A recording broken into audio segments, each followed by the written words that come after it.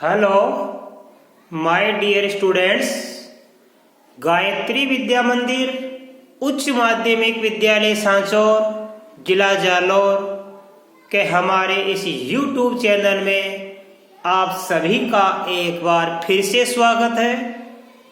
प्रिय विद्यार्थियों, मैं अनिल कुमार सोनी, कक्षा 8, विषय गणित, अध्याय 13 सीधा और प्रतिलोम अनुपात, इसकी प्रश्नावली 13.2 के सवाल आज आपको हल कराने जा रहा हूं।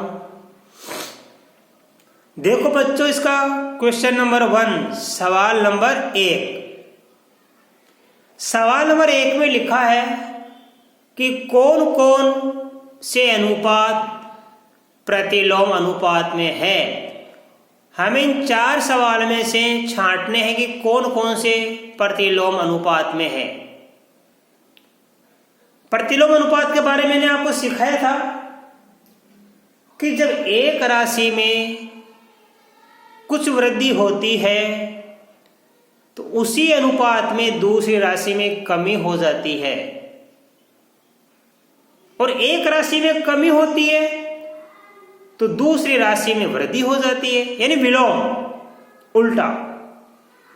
अब देखो कैसे। इसका सवाल नंबर 1 देखिए, आप अच्छी तरह देखना।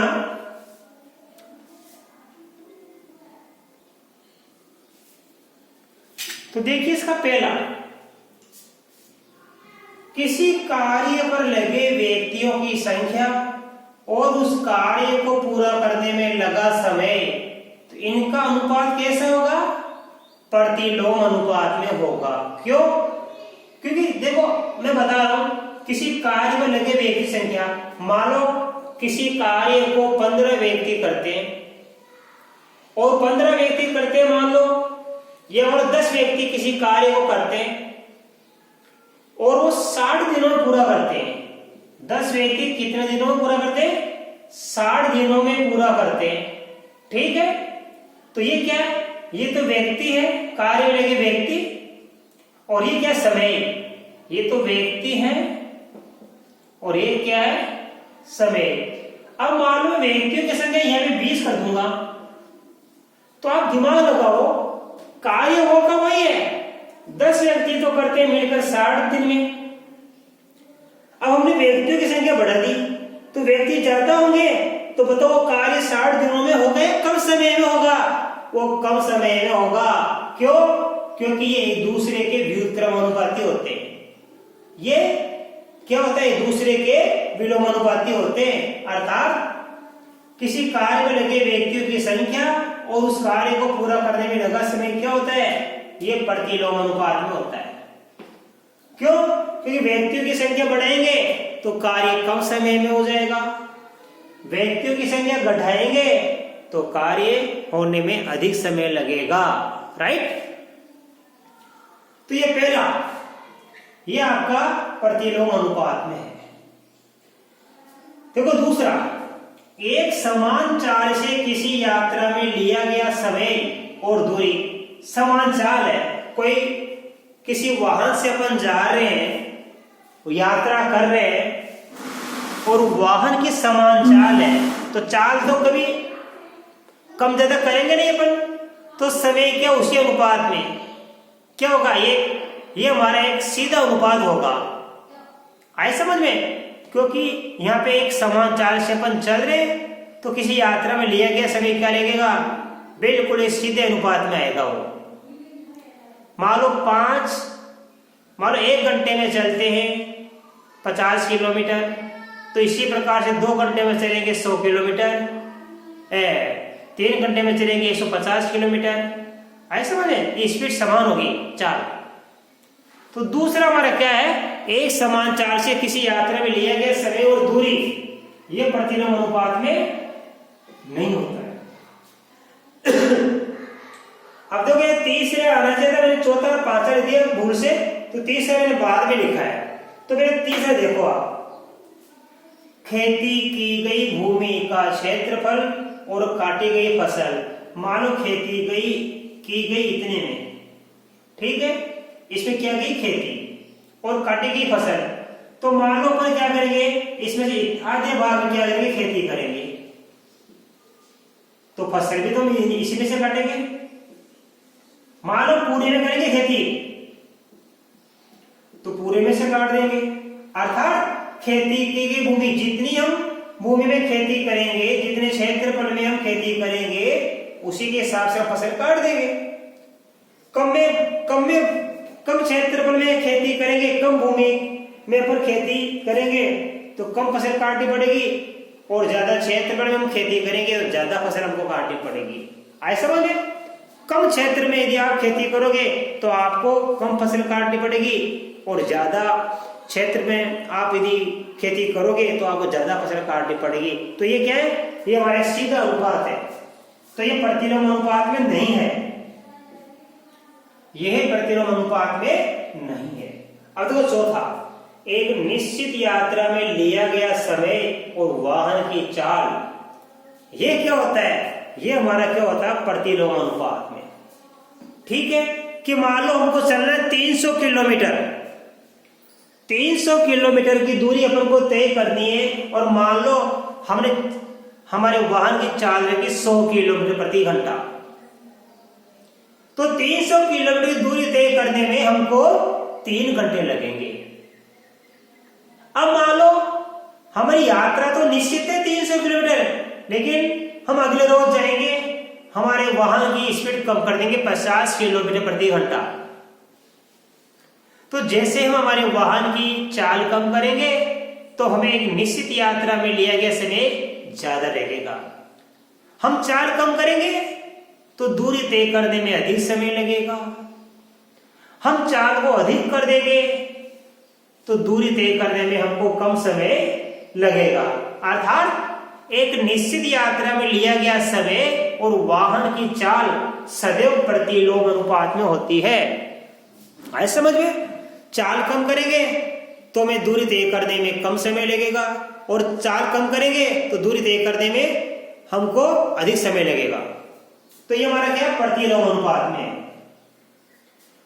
किसी देश की जनसंख्या और प्रति व्यक्ति भूमि का क्षेत्रफल, मान लो किसी देश की जनसंख्या कितनी है, मान लो ये हमारे पास 50,000 है सपोज करो। अब ये भूमि है, इस भूमि में कितने जने रह रहे, 50,000 व्यक्ति रहे आराम से, ठीक है। अब मान लो मैं जनसंख्या को कर दूं 1.5 लाख, अब भूमि तो वो की वही है, तो पहले मान लो एक व्यक्ति इतनी दूर में रह रहा था, ठीक है। अब एक व्यक्ति के लिए क्या जगह कम पड़ जाएगी, तो अर्थात देश की जनसंख्या ज्यादा होगी, ऐसे में तो भूमि का क्षेत्रफल प्रत्येक व्यक्ति को कम मिलेगा, और देश की जनसंख्या कम होगी तो भूमि का क्षेत्रफल प्रत्येक व्यक्ति को ज्यादा मिलेगा।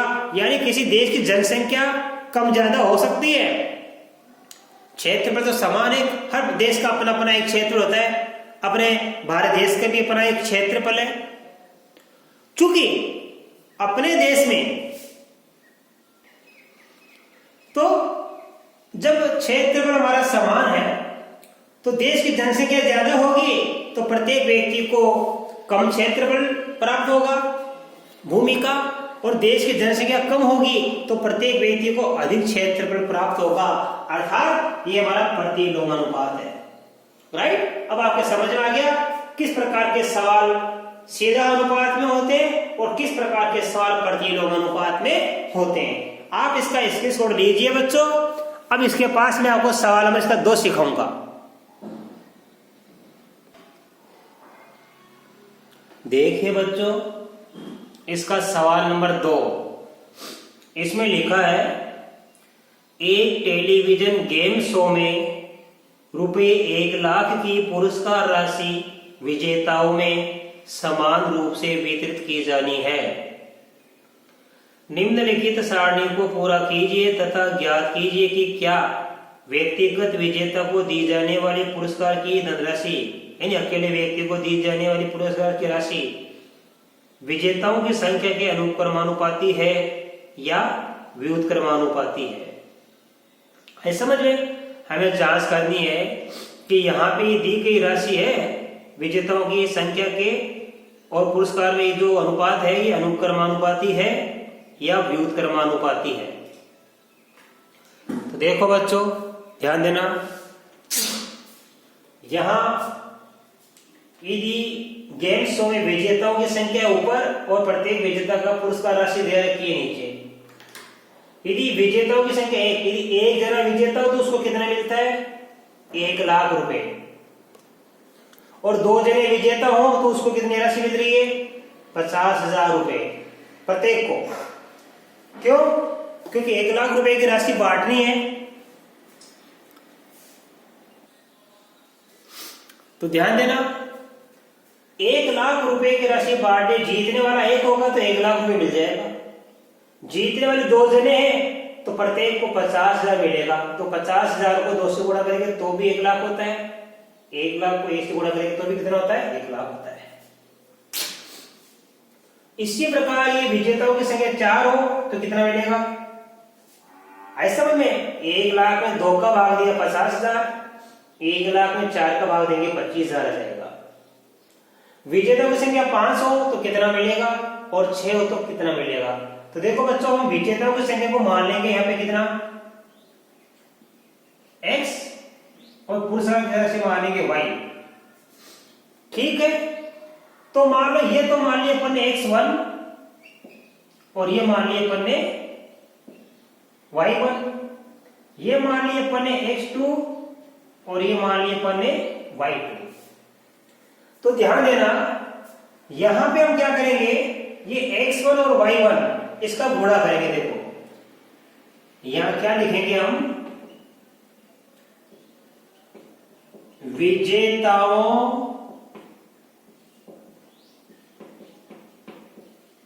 की संख्या पुरस्कार की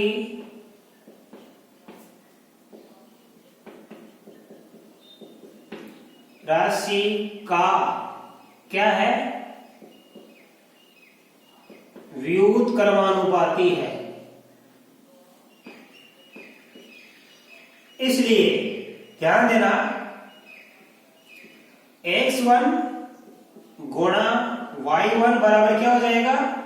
x2 गुणा y2। अर्थात ये x1 है और ये क्या है? y1 है। इनका गुणा x2 y2 के बराबर हो जाएगा। देखो 1 गुणा 1,00,000 और 2 गुणा कितना हो जाएगा? 50,000। ये 1,00,000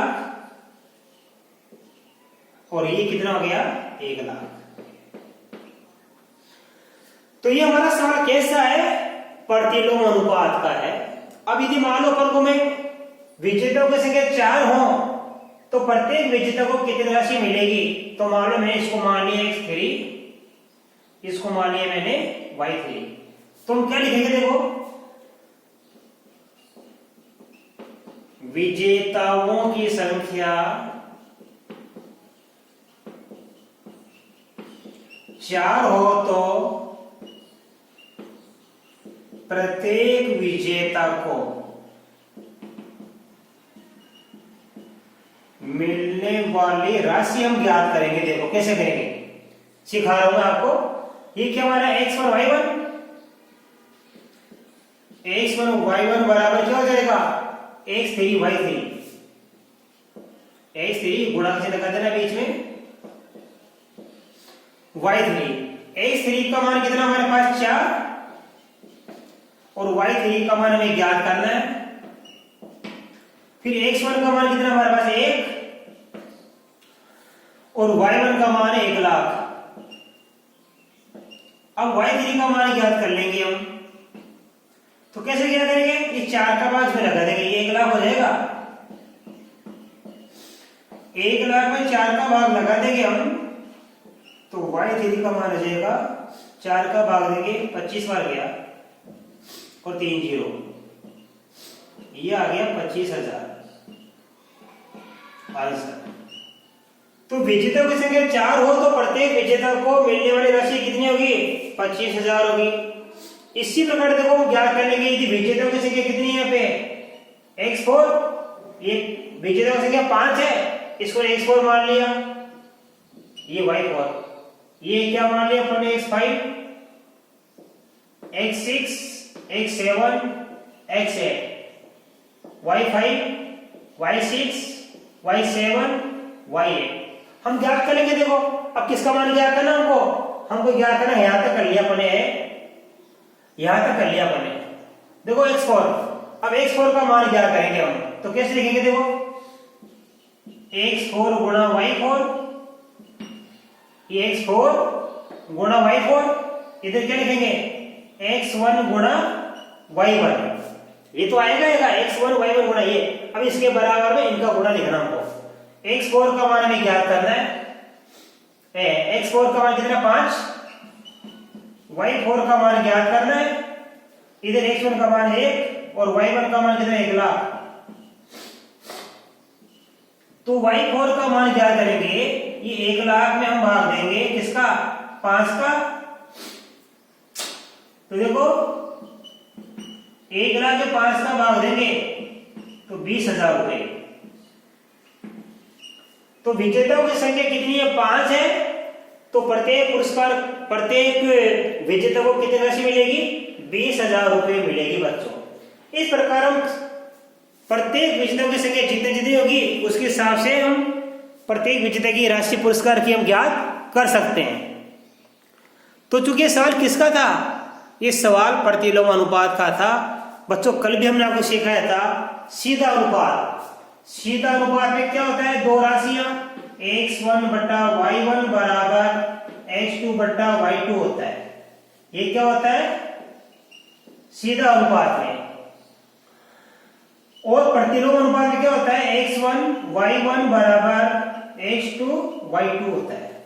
ये क्या होता है प्रतिलोम अनुपात में।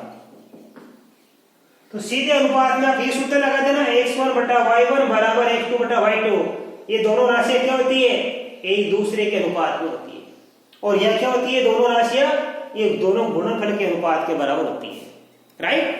तो ये आपको ये सिस्टम याद करना है, ये ट्रिक आपको याद करनी है कि दो राशियां जब सीधे अनुपात में है तो x1 बटा y1 बराबर x2 बटा y2 का सूत्र लगा देना है। और दो राशियां प्रतिलोम अनुपात में हो तो उनका गुणनफल का अनुपात बराबर होता है x1 गुणा y1 बराबर x2 गुणा y2। राइट। तो बच्चों इस प्रकार जो मैंने आपका दो सवाल सिखाए आपको बड़े अच्छी तरीके से समझ में आए होंगे। इसके बाद आगे के सवाल मैं आपको कल के वीडियो में सिखाऊंगा। तब तक के लिए धन्यवाद।